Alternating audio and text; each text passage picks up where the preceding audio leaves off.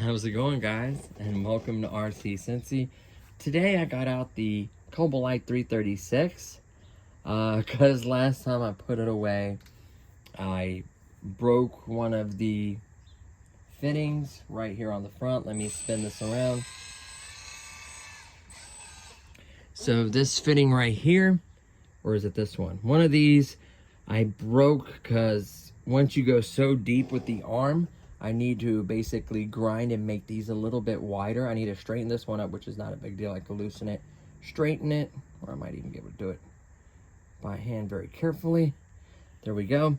And basically need to grind or cut bigger notches in here because these fittings are technically bigger than the factory ones. So that's all I basically need to do to allow this to go much lower. Even though it can go really low now, I was in a really deep hole, and at normal use case I wouldn't have this issue, but I'm glad I saw that now that I can actually amend it. So once I changed the fitting, I literally just changed the fitting, wiped it a little bit, and put it away. So it needed quite a bit of fluid because it shot out a lot. That is a very fast turning pump, and it just shot out fluid like it was its job. So unfortunately I had to refill it. So as far as refilling goes, I always had trouble using the included bottle to refill. I'm not sure if this one's for the Volvo or this one. I can't remember which one's which, but I do know that these are a pain in the butt. No matter if you use a syringe, whatever you use, it's hard to see the level. I don't trust this dipstick, in my opinion. I just think I don't know, to me, it doesn't give a very accurate reading. So I always remove the lid. Of course, there's a rubber ring there. There's just a couple of screws with rubber rings around them. Please do not lose these. And I look at my fluid. You can see the condition of the fluid. So you can see this is newer fluid. You can see if you have any metal or anything, how low. I've properly cycled it and got all the air out. I run mine about 75 to 80% full. Just the way I like to run it. I've noticed that if you do like 50 or so and you're on an incline, it can be in a weird position where you can starve your pump and get air in the line. I don't want to deal with that. So I literally fill them to at least 75%. Really right now I'm at 80. I may take out just a little bit, but I like to leave quite a bit of fluid in mine. Now, I use the Lucas Universal. I may switch to the Super S AW32 I have for my Volvo. I may do that, I'm not sure yet. But honestly, ever since I upgraded it, I've really had no issues with this excavator besides that problem where I didn't make that channel wider to accommodate the bigger fittings. Besides that, it's been solid. The power increase is insane. I had to actually turn this all the way out to where it almost pops off just to turn the pump down, because this is like a 8 MPa pump, and this system is not designed to hold 8 MPAs. Whether it could create that kind of pressure, I don't know. I would safely say for sure it can create 5 to 4 MPAs, no problem. I don't have a gauge on it. I was gonna do one. I just never got around to adapting it to the system. Technically, one can go right here, and I ended up buying one that was too big, like where it threads in right here. And then I found an adapter, but then it would be like this tall, and I couldn't fit my battery in here and put the lid on it. Maybe I can move this at some point and have it, I don't know, under a cover here, or you know, there's just so much to do, and I don't really want to mess with it. It was a pain in the butt to do this, even as messy as it is. It was a pain in the butt to do. It was tight in there. I'm not the greatest at hydraulics. This one was my first hydraulic excavator. Of course, now I have two, but this one just really was the first system I made. This system, the way I ran it and everything, was not copied off no one. I just got me a distribution block, got me a pump, you know, got me a adjustable, you know, a pressure regulator valve, and it helps circulate the fluid even when you're not, you know, hitting the sticks. You know, I just came up with the design, and it ended up working really well for me. Of course, I had to turn everything down because this was so powerful. I even turned it down in the transmitter down to like 72 or 75%. And that really allowed me to basically move everything. Well, it's not shot. Whoops. Let me move this back a little bit. I'm on my deck outside. I don't want to, when I'm filling this, I don't want to get any fluid inside. That stuff is a pain in the butt. So it allowed me to move slow. See how slow I can go, creeping, or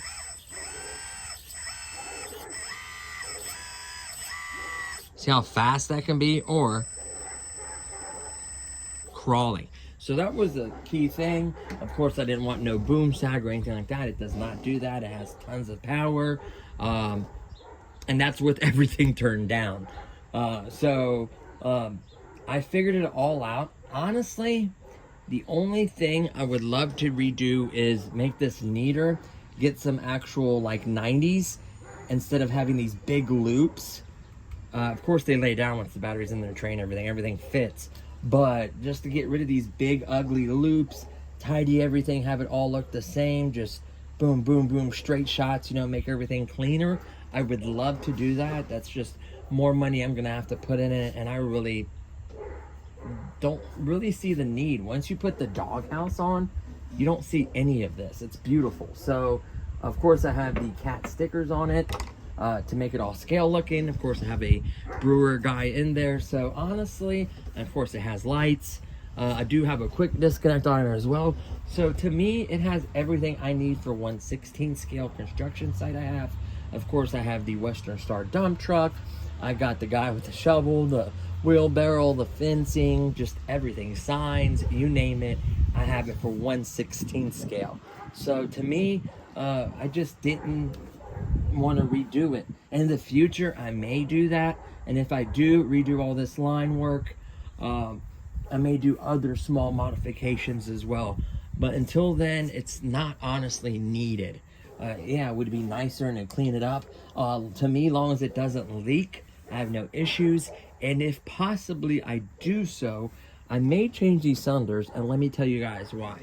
The cylinders look very scale, very good. But I noticed I wanted 4mm line. This whole system is 4mm line.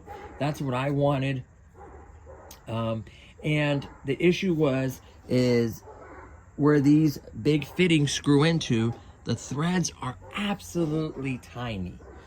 They need to be to thread into here. The original fittings were 3mm, and they were really good looking coupler style fittings. They looked more scale. I get it. These are much bigger and bulkier. Those did look more scale, to be honest with you. And they needed to have that small thread to screw into these cylinders. Now, if I change these cylinders, get the right measurements, and I change these cylinders, then I can use cylinders that actually take the 4mm thread on this side, and they'll look more scale, and I can get different fittings and do different. This is the only one that was this big with 4mm that would have the proper threads to go into this cylinder. So that was the tricky part. That was the hardest part, is getting those. Figuring out this pattern wasn't the worst thing in the world. It took me a few tries to figure it out and to kind of understand the basics of hydraulics. I do construction, so I dealt with hydraulics in the past. I know that there has to be a pump, there has to be like a valve block, you know, servos or sticks or whatever to control, to open and close the valves. I understood, you know, it has to keep a certain consistent pressure, kind of like a circulation. So it all made sense to me. And luckily I figured it out. And hopefully I helped some of you guys with it. You know, it's not the neatest, but it works well. I do use the factory controller with mixes. Of course, mine's turned down a little bit. I did use the factory board, the factory ESCs, the factory receiver, and the factory tank.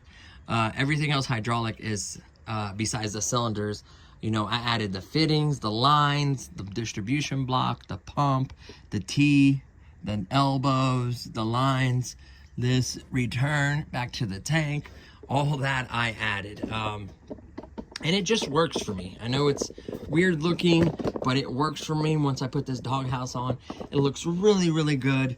I did get hydraulic fluid. When that one blew, I did get hydraulic fluid all over the bottom of this and the tracks. I will need to clean it. I'm thinking of getting a small air compressor for all my other RCs, just to get all this stuff off of it. It makes a big difference blowing it all off. I can get some stuff that I can't get when I was first building it. I did spring leaks. You're always going to spring some kind of leak when you're building it, whether you move it the wrong way or something isn't tight enough. I just didn't want to over tighten stuff. But come to find out, this block is solid. I'd recommend it any day of the week. The pump is solid. The only thing I wish is the motor was bigger, like a bigger size motor, so it has more that low RPM torque. I feel like this one spools fast, but once it builds that pressure quickly, I don't feel like it has as much oomph. For example, my Volvo has a much larger diameter brushless motor, and it's able to create lower torque. It's not per se faster. It takes a second to spool, but once it spools, it creates a steady, strong, low torque power band that allows the pump to have quite a bit of power. I don't care so much for speed. I'd rather have power. This one's kind of reversed, but it still does have power. It's just, it's almost too much instantaneously, and you have to basically, you know, turn it all, the pressure valve all the way out to almost to where it unthreads to get it to run, and then I'll even have to turn down the remote down to in this lower 70s. So that's the only downside, but I really love it. I will say everything else is solid. I will say that. The tracks don't roll forward unless you want it to. You know, they're solid. Like, you try to push this track forward, you're not gonna. So it keeps you from rolling forward as you're digging. You know, the turn is smooth and consistent. You can go nice and slow. You can go nice and fast. So really, and it doesn't have a ton of wobble. Look at that, just every so slightly. There is small modifications. You could tighten that up a little bit. That's not bad enough for when you stop, it shakes. See that, how it almost, see how it stops and it doesn't have that little shake at the end? That's what you want. So I think it does a great job. Ooh, let's not hit that lid that's open. I think it does an absolutely great job. The lights look okay. You know, you put these cat decal stickers on, they look incredible. I would have loved to, you know, cut the door and then put a hinge on it or stuff like that. I really didn't care for it. I did manage to get a brewer guy in there to make it look like he's operating it. I think that's a cool little scale factor. The quick disconnect does need to be painted. It is silver, so it kind of is an eyesore right now. But once I paint this black, I think it's gonna match much better. It does have nice hooks for chains, and it works very easy. Of course, it's mechanical.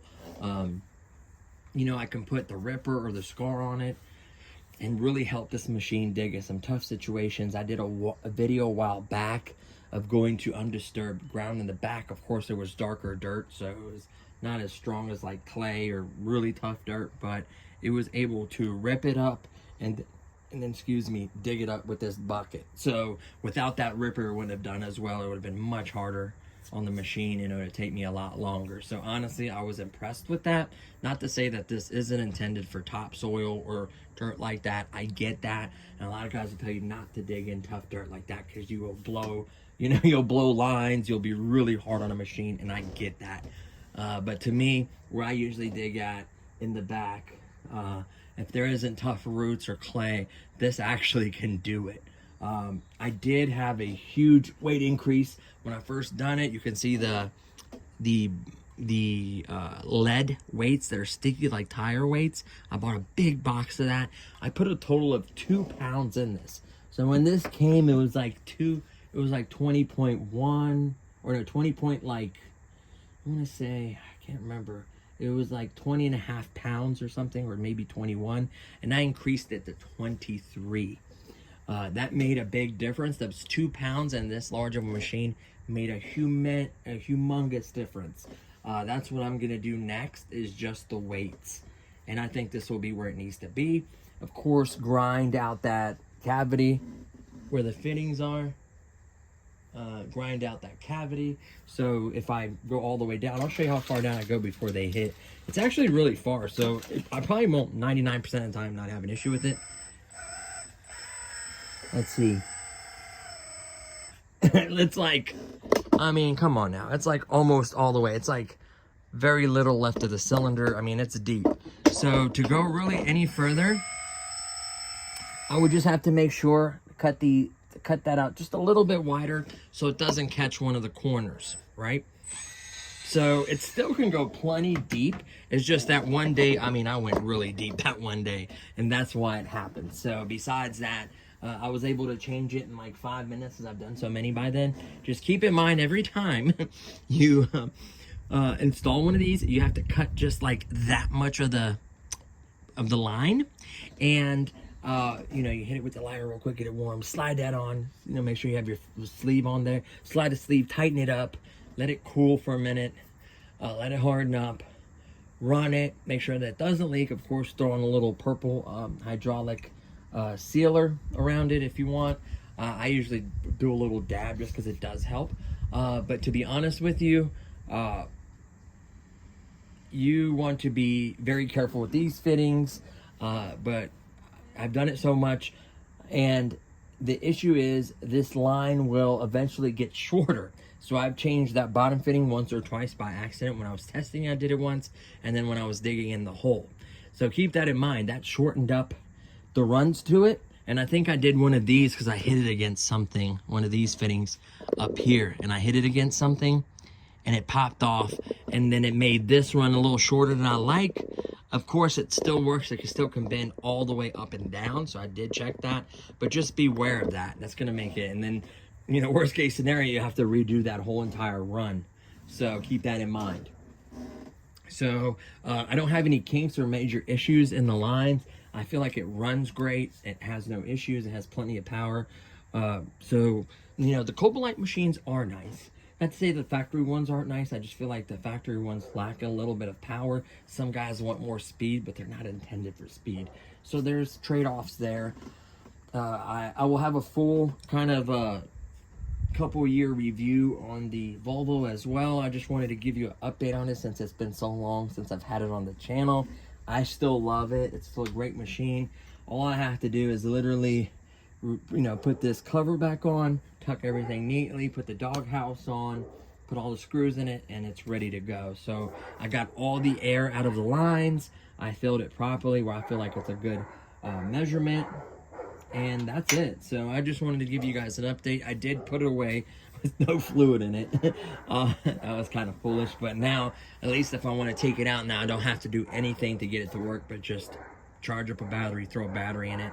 You know, I was fortunate enough to have 2 of these. This is this is 2S, so it's not like the other machine, 3S. I guess that kind of makes a difference as well. I don't know if you'd want something this size to be on 3S. Technically, you could do it. I don't think these particular ESCs that are factory that I reused would handle 3S. If you changed these ESCs in the controller board or whatever, the off and on switch or whatever, I think you could have the chance of it running 3S. I wouldn't understand why you want this motor, at least this particular pump, to spin any faster. It already spins too fast and creates too much power. So, yeah. And that's the only place I get it to fit.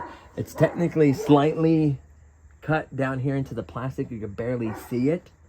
But it is technically like going behind the driver a little bit, but it's okay. It's like not, you can't see, kind of see it, but not.